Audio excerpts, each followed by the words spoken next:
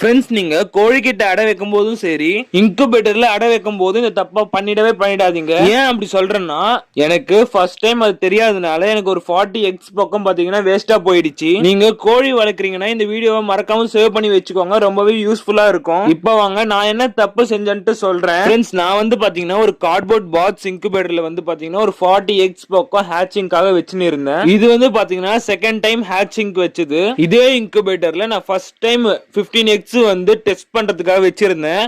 அதுல எனக்கு 13 சிக்ஸ் பக்கம் பாத்தீங்கன்னா ஹேட்ச் ஆகி வந்துருச்சு. என்னோட இன்குபேட்டர்ல பாத்தீங்கன்னா ஒரு வித்தியாசமான ஸ்மெல் வந்துகிட்டே இருந்தது. நான் வந்து பாத்தீங்கன்னா அது கண்டுக்கவே இல்ல. அடுத்த நாளும் ஆயிடுச்சு. ஸ்மெல் வந்து பாத்தீங்கன்னா ரொம்பவே அதிகமா ஆயிடுச்சு.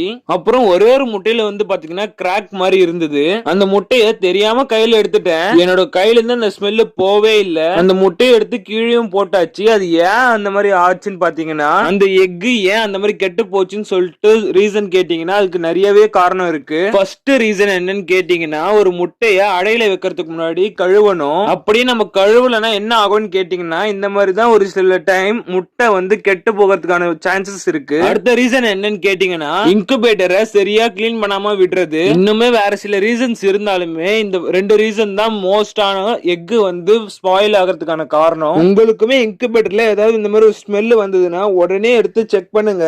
இந்த மாதிரி இன்குபேட்டர்ல இல்ல அடையில இருக்கிற ஒரு முட்டை ஸ்பாயில் ஆகிறதுனால அதுல இருந்து வர கேஸ் வந்து பாத்தீங்கன்னா மத்த முட்டையுமே அஃபெக்ட் பண்ணிடும். இதனால இன்குபேட்டர்ல வச்சுக்கிற எல்லா முட்டையுமே கூட ஸ்பாயில் ஆகிறதுக்கான வாய்ப்பு இருக்கு. எனக்கு இந்த மாதிரி தான் பாத்தீங்கன்னா ஒரு 40 எக்ஸ் வந்து ஸ்பாயில் ஆயிடுச்சு. இதை பிரிவென்ட் பண்றதுக்கு என்ன ஐடியான்னு சொல்லி கேட்டீங்கன்னா, இன்குபேட்டர் அண்ட் எக் ரெண்டுத்தையுமே பாத்தீங்கன்னா நல்லா கிளீனா ப்ராப்பரா வச்சிருக்கணும். இல்லனா எனக்கான மாதிரி உங்களுக்குமே ஆகிறதுக்கான வாய்ப்பு இருக்கு.